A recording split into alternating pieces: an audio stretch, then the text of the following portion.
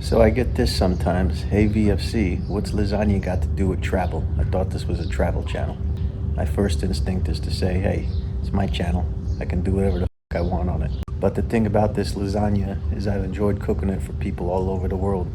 America, Portugal, Spain, Greece, Bahrain, Germany, just to name a few. Something I use to bring people together, socialize. That's what it's all about. But every place you cook it, you gotta use the local ingredients. Sometimes you can't find what you need. So it's evolved over the years from when my mom used to make it for me when I was a kid and my grandmother.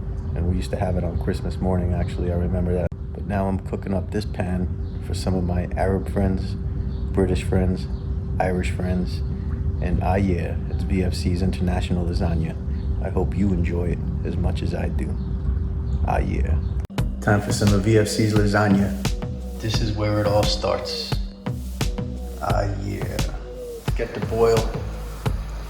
Yeah. Since it's about 500 degrees outside, perfect place to defrost the meat. Took what, about 5-10 minutes? Yeah, pretty much peeled themselves now.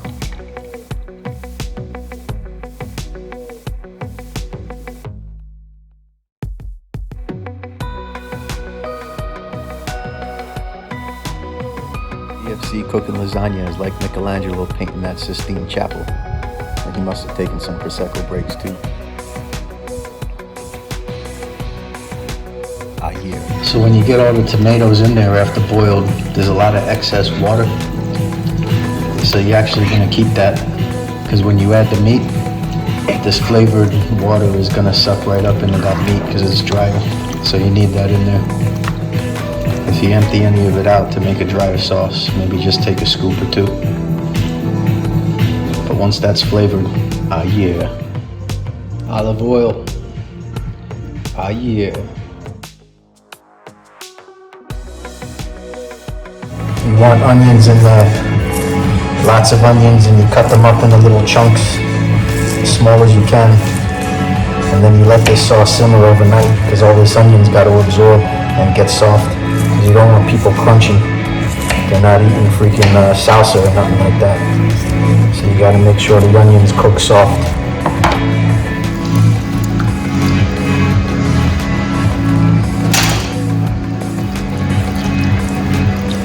Some salt. I like to use the rock salt.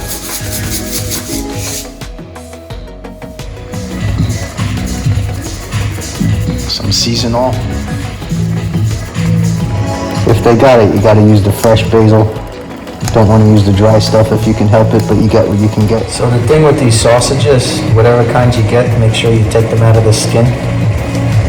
And if you can't get Italian sausage, you can get normal unflavored sausage, and then you just add some fennel to the sauce, that spice.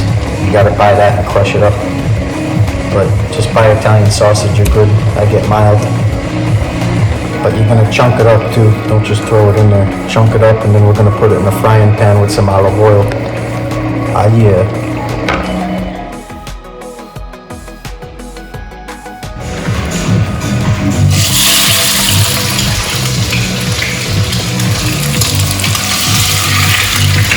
You want to throw the sausages in when that oil is hot and sizzling already. Just tell you something right now too. Never, ever, ever cook the Italian sausage with the minced meat. You separate them. As it cooks too, you gotta chop it.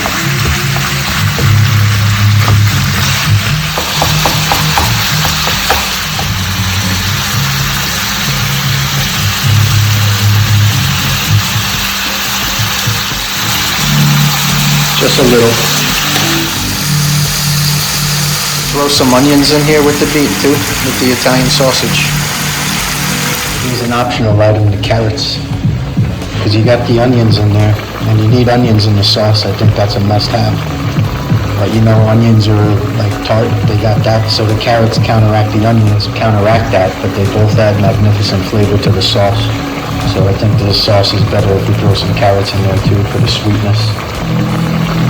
Thing, like I said, with the onions is you're going to want to simmer the sauce for a long time if you use carrots, especially if you use carrots.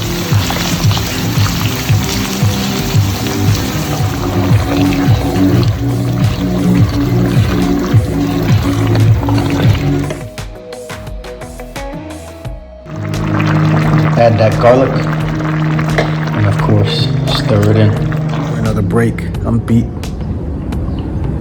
So same thing with the chopped meat, is get that oil sizzling before you throw it in there. So the other thing with why you don't put the minced meat in there with the Italian sausage is you see how much water comes out of the meat? Is the sausage is drier, so you know they gotta be cooked differently. So just trust me on this one.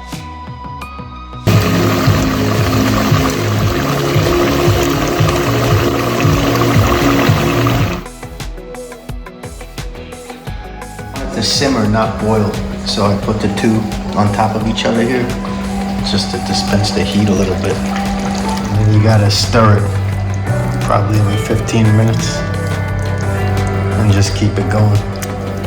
You can see how everything's cooking into each other there now. So the thing is too, when you're done with the sauce, throw some tomato paste in there. As it cooks, all that water that was in there from the beef and the tomatoes, it starts coming out now. Now that's some flavorful shit right there. So if you want, you can remove some of the water like this, cook up some noodles, put it over them in a bowl, and it's gonna be freaking delicious. Or just take some of this tomato paste, throw it in there, and it kind of brings it all together. It's like glue. Alright, so now that it's been simmering for a few hours, it's time to add some ricotta cheese. Yeah, ricotta they sell out here is chunky, so you gotta put that in the sauce and then squish the shit out of it. And it'll be easier to do when it warms up.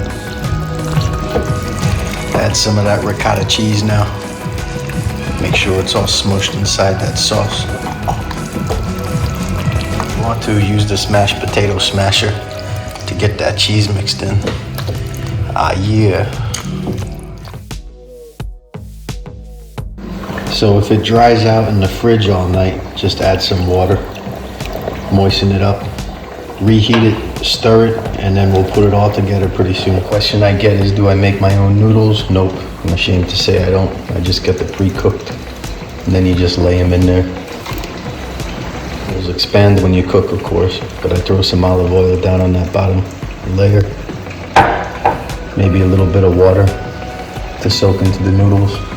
I'll probably use that water there from the sauce. And then you just start laying it in.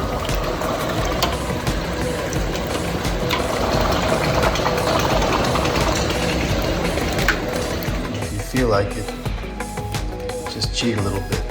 Add a little bit of flavor between layers. Maybe throw a basil leaf or two in there. And I also like to sprinkle a little bit of Parmesan between layers. So you got the ricotta and the sauce, the Parmesan now, and then we'll put some mozzarella. I usually like to use the fresh mozzarella in the water that you can get in New York, of course, and around Europe. But all I had out here in Bahrain is the drier, chunky stuff. You get what you can get, and then top it with some shredded. So your layer is gonna look just like that. And then put another layer of noodles on there, and then keep going. Keep stacking it high, building it until you can't fit any more in that pan. About 5 or 6 layers out of this. Now it's ready for the oven. Yeah.